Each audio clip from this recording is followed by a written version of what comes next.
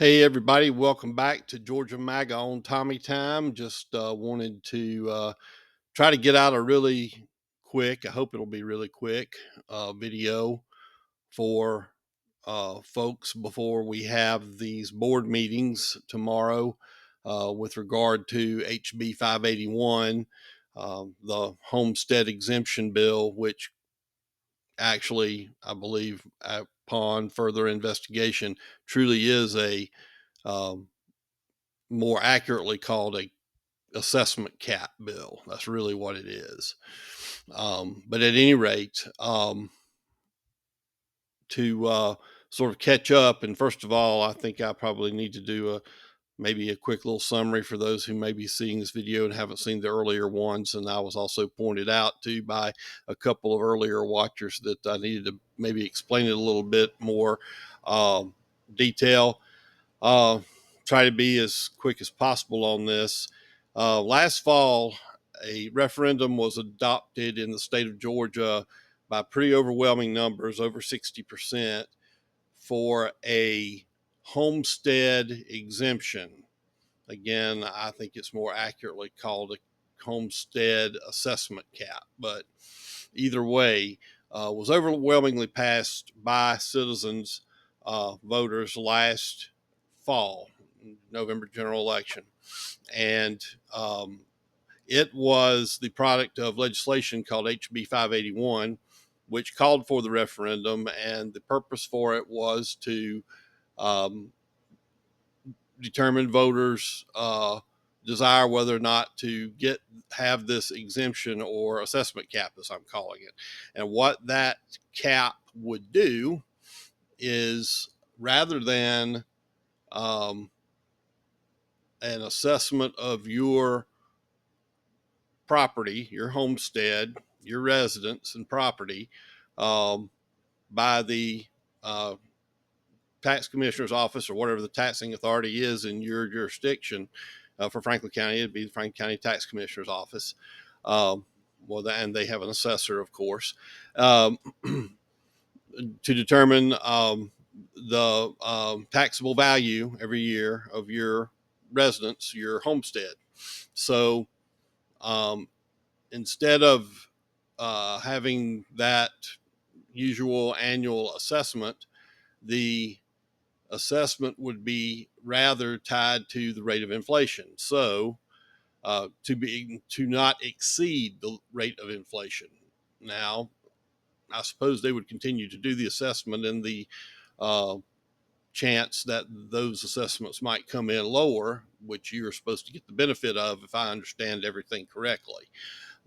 So that is to say, $300,000 assessed value, home and property, 3% inflation rate, your new assessed taxable value is $309,000. If the standard assessment was to come in lower than that, if I understand this correctly, you would be taxed on that lower assessment. If it comes in higher, you can only be taxed up to the rate of inflation uh, rate assessment, which would at that point again be the additional $9,000, 3% of 300,000, making it $309,000. So that is what is under discussion. But the bill also provided for the local jurisdictions who it was passed to um, implement, to opt out.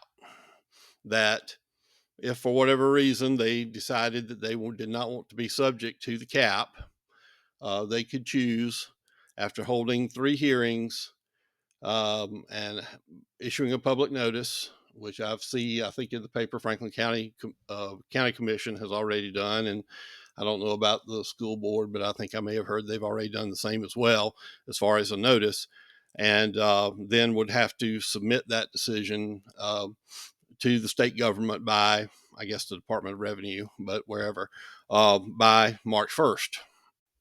As a result, there have been some folks and government officials here at local level that have looked at this and said, this is going to introduce some uncertainty to our budgeting. It's going to shift our tax burden, maybe in ways that we hadn't necessarily thought about. Um, just maybe even some fairness issues. I just don't see it that way. It appears to me that this legislation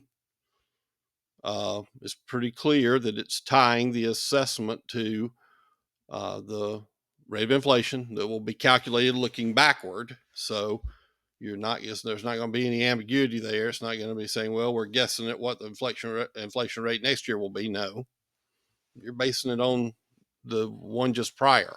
So that'll be a hard and fast number, at least at the point at which they calculate it and submit it, I'm sure, down from DOR, Department of Revenue, to say, hey, this is what you're basing your assessment cap on this year.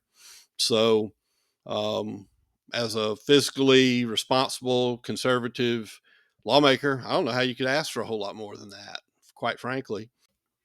Now, is that going to shift the burden for taxes in the county away from homeowners to a considerable degree? For sure. But I mean, that's been the idea. I think that's been a big fear for folks going all the way back to some of the development questions that we've had over the last 3 or 4 years that, quite frankly, have given us the board that we have right now. And, it's hard to see how you could have a more hard and fast tool than a specific number that going in every year that both you as a government, either at the city or the county level, and you as a taxpayer can budget by. The only reason that seems to me, and this is not making any accusations, like I pointed out in earlier video, we've got a pretty young board in terms of service time. Couple that have only been there a partial term, couple of years, and our other three, including our chairman, who are brand new. But the only thing it restricts is the rate at which more money can be spent. And as I think I got into in that earlier video, what you got to get a handle on, and what I think the discussion needs to be between voters and the commission, taxpayers and the commission, is where's your mandatory spending? What's absolutely got to be had dollar wise to meet your requirements by the state or debt requirements such that the county has them, and then what does that leave you with? And whatever that leaves you with, you've got a rate of inflation growing cap, a rate of increase determined by that to budget by. Not much different than a business budgeting or a household budgeting. And sometimes that's going to require some tough choices, but that's how being responsible fiscally comes out. So I really can't understand why any jurisdiction, much less the one I'm living in or anywhere else, would want out of this. It gives them, to me, what seems like kind of an easy out to say, hey, look, y'all said that you don't want us spending any more money than this, so this is how we're going to do it. And so if there becomes a question with a question of services, or a question of a certain program comes to be a public desire for, then you have a discussion about where the physical resources for that will come from. But what it absolutely does is provides a benchmark for budgeting on both sides, not just by the government for whatever amount of tax that the digest, or however it's described, is going to provide for every year, but for the taxpayer to be able to plan for with some amount of certainty, which was the purpose of the bill to start with. If you go back and look at the legislative history, people's assessments have gone up statewide 60%, and the whole purpose was to limit that. And so I think that not only will, and two, the bill accounts for this too, but will local officials be miscalculating by choosing the opt out? They may very well end up getting it anyway. This thing passed almost 60% with not, I think, a massive level of public awareness, just based on myself, for one, who's considers himself fairly informed person, at least uh, public affairs wise, anyway. Uh, and then once they find out that they're not getting the tax break, uh, for the ones of them that actually realized what they were voting for, you already had it passed over 60%.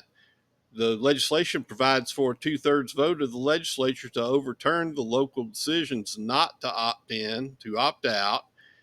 And so you end up with it anyway.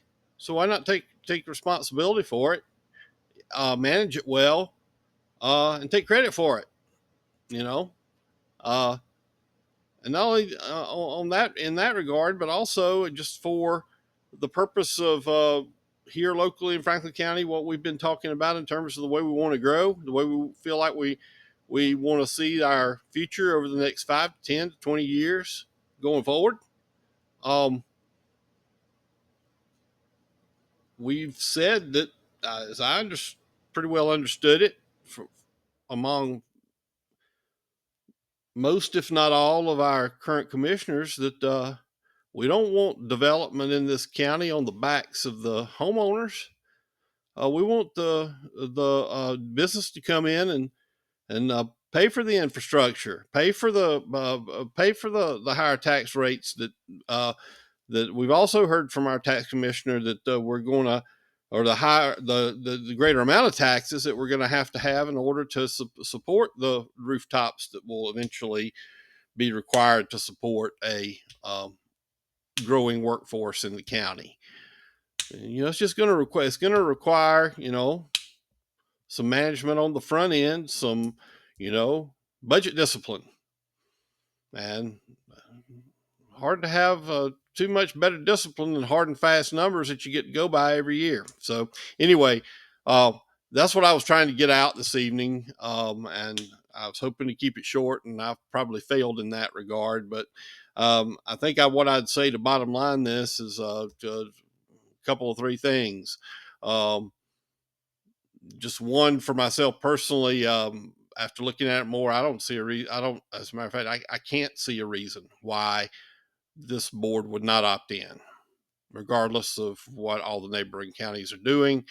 Just on our more recent history of what we're saying we want to do as a community, as Franklin County, as has been our rural agricultural character, that we don't want that borne by the residents. Those are the first couple of things, and the third thing is, quite frankly, having had almost 60% of the people in Franklin County vote for this and be in the expectation that their taxes were going to be relieved somewhat by this cap, if that ends up still being the uh, board's decision, and the other jurisdictions as well. I just don't mean to pick on the board, the other cities in the county, and the school board too, to opt out. You may just turn around and have to do it anyway, because folks are going to raise Cain with their legislators because they're not getting the tax break they were looking for, and they're going to turn around and pass or reimpose it in this session of the General Assembly. So instead of being able to take credit for implementing a popular measure, it's going to put these local officials in the position of having to implement something that they uh, opposed and not doing anything, at least I don't see how, for their relationship with their constituents, the taxpayers. So anyway, I said I wanted to be quick. I guess I have failed in that, but at any rate, hope this was helpful as we go into these meetings tomorrow. Again, 9 a.m., 5:30 p.m. at Franklin County Justice Center. Um, I plan to do the 5:30. I would encourage folks, to the extent possible, do the 5:30. I would frankly think that would be easier for folks.